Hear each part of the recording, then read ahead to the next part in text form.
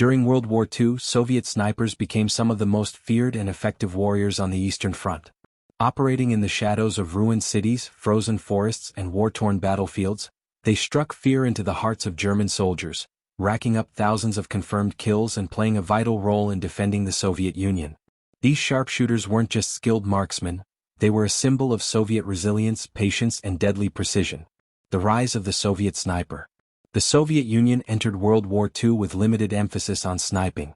However, after the devastating losses of Operation Barbarossa in 1941, the Red Army quickly realized the value of trained snipers for both defense and offense.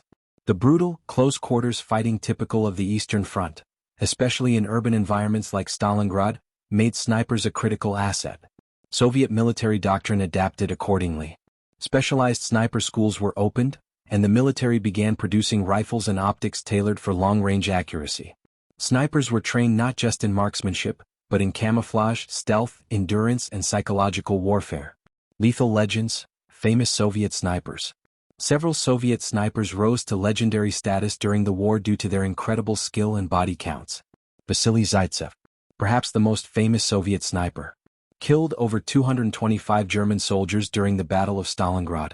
Used camouflage and deception to eliminate enemy officers, machine gunners, and fellow snipers. His story became the centerpiece of Soviet wartime propaganda and inspired the 2001 film Enemy at the Gates. Lyudmila Pavlichenko. Known as the Lady Death, Pavlichenko is the deadliest female sniper in history.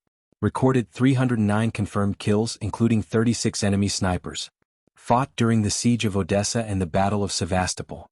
Later toured the United States to promote Allied unity, famously told American reporters, "I am killing fascists. Are you doing that?" Ivan Sidorenko.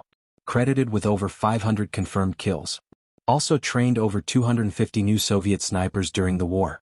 Became one of the most decorated snipers, receiving the Hero of the Soviet Union Award. Weapons of choice. The primary sniper rifle used by Soviet marksmen was the Mosin Nagant M91/30, often fitted with a PU scope. Reliable, powerful, and accurate, it could be deadly up to 800 meters in the right hands. Other weapons included SVT-40 semi-automatic rifle, used in limited numbers due to reliability issues. Camouflage suits, face coverings, and snow gear to blend into the environment. Binoculars and spotting scopes for target identification and ranging. Snipers often worked in pairs, one shooter and one spotter, to increase their effectiveness and survivability. The psychological edge. Snipers were more than just long-range killers, they were tools of psychological warfare. The mere rumor of a sniper in the area could stall entire units, delay supply lines, and sow fear among enemy troops. German soldiers learned to avoid open terrain and exposed positions, knowing that death could come from an unseen enemy hundreds of meters away. In urban combat zones like Stalingrad, Soviet snipers turned ruins into killing zones. They would lie in wait for hours, or even days, targeting key personnel such as officers, artillery observers, and fellow enemy snipers. Women on the front lines. The Soviet Union was unique among World War II powers in deploying women in frontline combat roles, and many of its top snipers were female. Women like Rosa Shanina, Nina Lobkovskaya, and Aliya Moldagyulova were trained snipers who not only fought with distinction but also commanded respect in a male-dominated battlefield. Their smaller frames were considered beneficial for stealth, and their focus and discipline often translated into exceptional performance on the battlefield. Impact on the war effort. Soviet snipers were a force multiplier during the most critical battles of the Eastern Front. In defensive operations, they thinned out advancing German units and bought time for Soviet counterattacks. During urban warfare, they dominated the rubble-strewn cities, where conventional units struggled. As instructors, experienced snipers trained thousands of new recruits, ensuring that Soviet sniper doctrine continued to evolve and scale.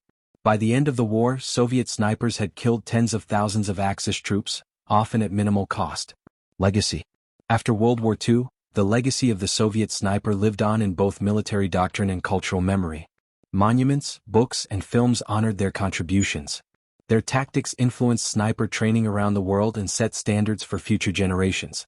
The Soviet sniper became not just a symbol of wartime skill, but of a quiet, patient warrior capable of changing the course of a battle with a single well-placed shot.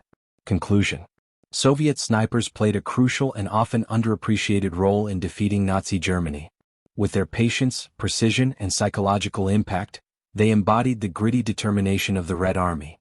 Whether lying in the rubble of Stalingrad or stalking silently through the forests of Belarus, these sharpshooters left an indelible mark on the history of warfare, and on the fear-struck minds of their enemies.